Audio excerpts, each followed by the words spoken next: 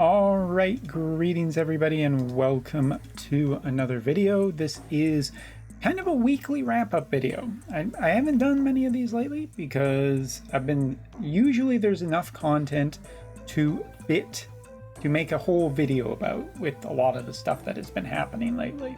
But I figured, it's been quiet the last few days. Ice Jayden is out. We've been figuring out what he's been doing good at and what he still needs to improve at. We've done the story spoiler stuff and all of that. So in this video, let's get right into it, okay? In this video, the big things that we are talking about today are, first, Jayden and the current things that are going on in the JP meta, a little bit about the interview that happened, and finally ending off with the Dark Veritas trial. So let's get into it. First off, Jayden and the meta. Now, Jayden is too early to make any decisive decisions about this character, but I've been watching stuff, I've been watching people's content, and here's what I have noted about Jayden. Jayden is definitively a really, really strong character, probably the strongest gunner in a good long while. The two major compositions that I've seen him in are Mono Ice, focusing around Ice Gilgamesh in combination with Agrius and himself, and that seems incredibly strong. That is probably my number one pick for him so far, barring any content that I haven't seen or any combinations that I'm not too terribly aware of, but early on, that seems to be the best. It goes up against a ton of different teams. Evade, it goes up against the Exia Sadali comp. That's one of the strongest compositions in the entire game. It's just incredibly powerful Mono Ice.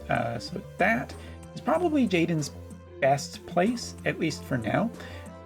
The other thing that I've seen a lot of him in is just guns and only guns.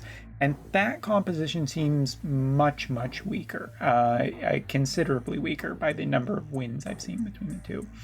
And I have viewed a couple of sources backing this up. At this point, if you are interested in Jayden, it's not maybe the gunner approach that you should be looking for. It's essentially you like the ice element and everything, because that seems to be where he is best at least for now. Either way, he's not a limited time character is what I wanted to say. You don't have to rush him down, you don't have to worry too much about that, but is noteworthy where exactly he is. Now, talking about the meta is pretty interesting at the moment on JP, that we have finally got an answer as to where that rambunctious little Earth busybody ended up. And she ended up in a really, really good spot. So at this point, Shrek and Exia, Riku, AC Sephiroth, and finally, Swimsuit Resnick are considered by most metrics to be the best overall characters in the game. And I tend to agree with that. I'm not 100% convinced on Jayden yet. There's still stuff missing.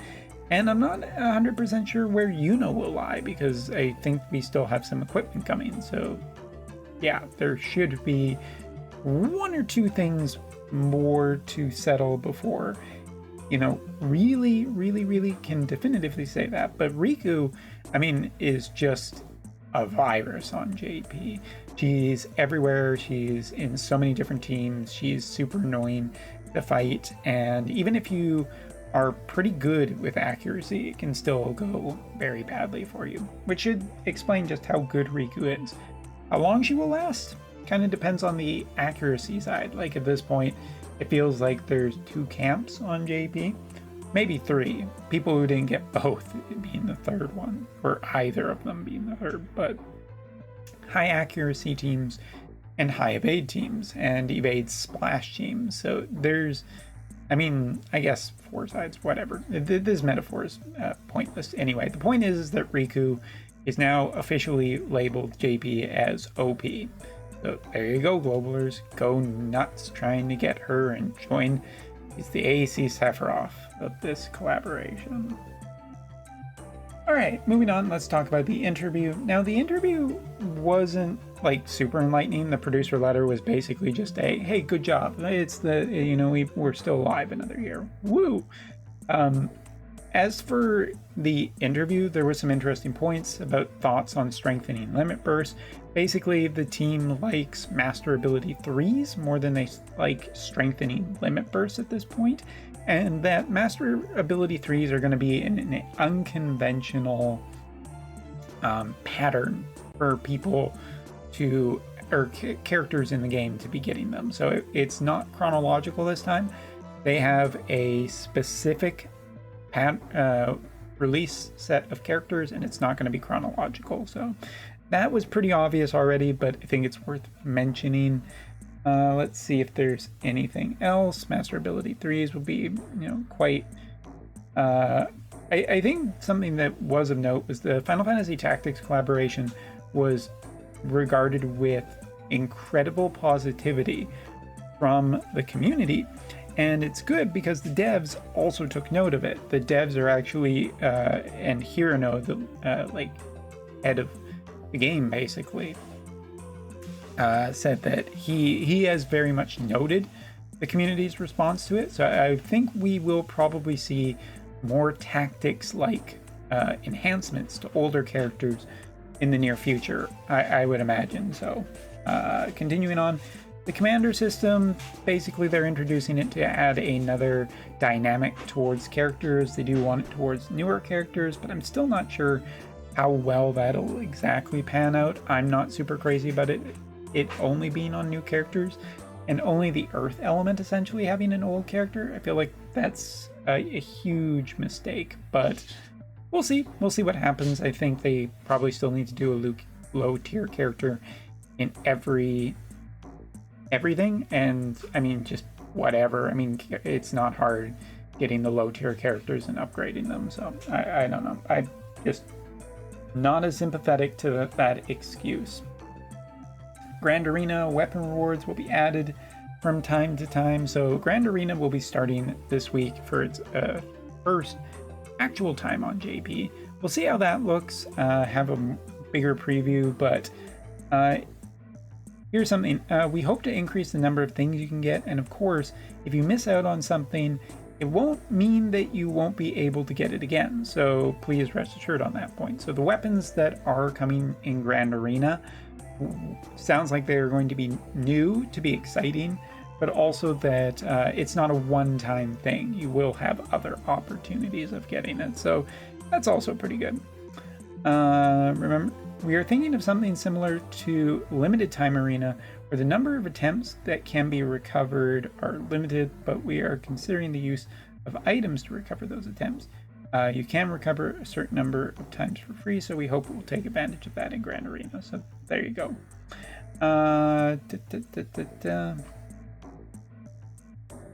Just seeing if there's any other points that I'm forgetting. I don't think so. The main story we talked about in another video. In the future outlook, working hard to ensure that the game will continue. So, I mean, people will always say EOS, EOS, even though when I don't say EOS in a video, I mean, they are still working to keep this game going. So, yeah, there you go. Create an environment that's easy, not only for current players, but also for beginning and returning players. Seems to be their big goal that they want. All right, so that's essentially everything to do with that. Now let's touch on the final thing I want to talk about, which is the Dark Veritas trial, which I did a video on earlier, and some people were a little dismayed to hear certain things. So let's talk about it. So it's only about 1 hour left on JP. I had just cleared it. I cleared it with the Ashen Mont version. It was slow and not perfect because I actually, our group failed to clear it once, but we cleared it on the second time with a few modifications, and it wasn't too bad the second time. So these are my big takeaways from the Dark Veritas trial. First off, it's nowhere near as difficult as some of the other ones have been. It's still challenging, but this really focuses on Like, if you can kill mobs and deal enough damage, you'll essentially be fine. Ashenmont seems to be the one that a lot of JP players have done, because a lot of JP players just got Ashenmont. However, I know that Yuna is the prime target for this one, and I believe, not 100% sure, the Yuna teams usually go with 3 Yunas, 1 Fina. So if you're interested in setting that up, maybe look around, see if you can find some people with that comp. That'll generally probably be the smoothest one. But I know that there were a lot of just high power characters that were able to do it, that could essentially defeat mobs and also deal enough damage and were just generally strong. And to that point, one of the teams that I really want to highlight for the this video is and I actually don't have any video evidence because people are just not uploading videos of it, but there was a clear with just 4 Shreks.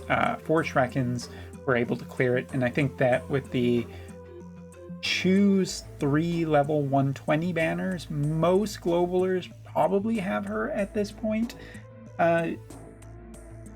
So it is possible to clear this. It does require strong characters and does require built characters, but for people who are like, well, Ashenmont is semi-limited, that makes me angry, and Yuna is going to be a limited time character and I don't want her. Well, there are other options, and you know, JP players did find their own ways through, and I'm sure that globalers will as well. But if you're wondering, there are a couple of potential solutions for you, either going Ashenmont, Yuna, or Shrekin, to name a few. I will say that it's just not necessarily that difficult. The status effects you kind of want to watch out for: Confuse, Don't Act, and